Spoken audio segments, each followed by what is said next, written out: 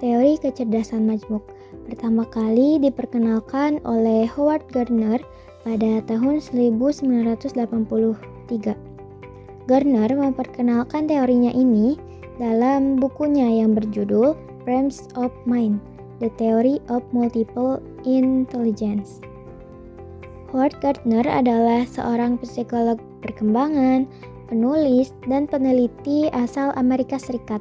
Ia lahir pada tanggal 11 Juli 1943. Howard Gardner berpendapat bahwa tidak ada manusia yang tidak cerdas. Paradigma ini menentang teori dikotomi cerdas tidak cerdas. Gardner juga menentang anggapan cerdas dari sisi IQ, yang menurutnya hanya mengacu pada 3 jenis kecerdasan, yakni logiko-matematik, linguistik, dan spasial. Gardner mengidentifikasi 8 kecerdasan majmuk, yaitu yang pertama, kecerdasan linguistik, lalu kecerdasan musikal, kecerdasan matematis logis, kecerdasan ruang visual, kecerdasan kinestetik badani, kecerdasan intrapersonal, kecerdasan interpersonal, kecerdasan naturalis. Yang pertama, kecerdasan linguistik. Kecerdasan linguistik bersifat universal. Seseorang yang mampu bertutur dan berkata-kata dapat dikatakan memiliki kecerdasan tersebut dalam tingkat kemampuan tertentu. Gardner menjelaskan kecerdasan ini sebagai kemampuan untuk menggunakan dan mengolah kata-kata secara efektif, baik lisan maupun tertulis. Dapat disimpulkan bahwa kecerdasan linguistik adalah kemampuan seseorang dalam menggunakan bahasa secara efektif, baik secara tertulis maupun lisan. Yang kedua, kecerdasan musikal. Gardner menjelaskan kecerdasan ini sebagai kemampuan untuk menggunakan dan mengolah kata-kata secara efektif, baik lisan maupun tertulis.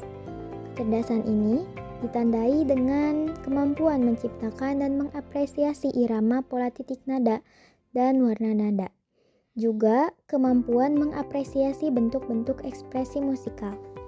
Hampir semua anak memiliki kecerdasan ini, dan cara belajar yang terbaik untuk mereka adalah dengan nada, irama, dan melodi.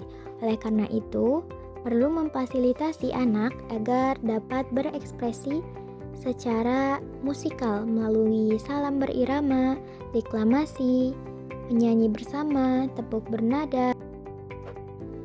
Yang ketiga, kecerdasan matematis logis. Kecerdasan matematis logis adalah kemampuan yang berkaitan dengan penggunaan bilangan dan logika secara efektif. Orang dengan kecerdasan matematis logis yang berkembang adalah orang yang mampu memecahkan masalah, mampu memikirkan dan menyusun solusi dengan urutan yang logis, dapat mengerti pola dan hubungan, serta mampu melakukan proses berpikir deduktif dan induktif. Dapat disimpulkan bahwa kecerdasan matematis logis adalah kemampuan seseorang dalam menggunakan bilangan dan logika secara efektif. Yang keempat, kecerdasan ruang visual. Gardner menyebutkan bahwa kecerdasan ini mencakup kepekaan terhadap keseimbangan, relasi, warna, garis, bentuk, dan ruang. Kecerdasan ini ditandai dengan kepekaan mempersepsi dunia visual spasial secara akurat dan mentransportasi persepsi awal. Anak yang cerdas dalam visual spasial terkesan kreatif, memiliki kemampuan membayangkan sesuatu, melahirkan ide secara visual dan spasial dalam bentuk gambar atau bentuk yang terlihat oleh mata. Mereka suka melukis, membuat sketsa, bermain game ruang, berpikir dalam image atau bentuk. Seseorang yang memiliki kecerdasan ini cenderung menyukai arsitektur, bangunan, dan dekorasi. Cara terbaik untuk anak yang cerdas visual spasial adalah melalui warna, coretan, arah, bentuk, dan ruang. Selanjutnya yang kelima, kecerdasan kinestetik badani. Kecerdasan kinestetik badani merupakan kecerdasan yang berhubungan dengan kemampuan seseorang dalam menggunakan seluruh tubuh secara terampil untuk mengungkapkan ide dan perasaan. Kecerdasan ini ditandai dengan kemampuan mengendalikan gerak tubuh dan kemahiran mengelola objek. Kecerdasan ini dapat digunakan untuk menyatakan emosi seperti dalam dansa, melakukan permainan seperti dalam olahraga, atau untuk menciptakan produk baru seperti melakukan eksperimen atau penemuan. Mereka membutuhkan akses ke lapangan, bermain, lapangan rintangan, kolam renang, dan ruang olahraga. Selanjutnya yang keenam, kecerdasan intrapersonal. Kecerdasan ini ditandai dengan kemampuan memahami perasaan sendiri dan kemampuan membedakan emosi, serta pengetahuan tentang kekuatan dan kelemahan diri. Anak-anak yang cerdas secara intrapersonal belajar sesuatu melalui diri mereka sendiri.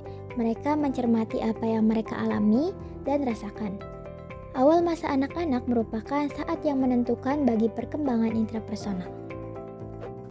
Selanjutnya yang ketujuh, kecerdasan interpersonal. Secara umum, kecerdasan interpersonal berkaitan dengan kemampuan seseorang untuk menjalin komunikasi dengan orang lain.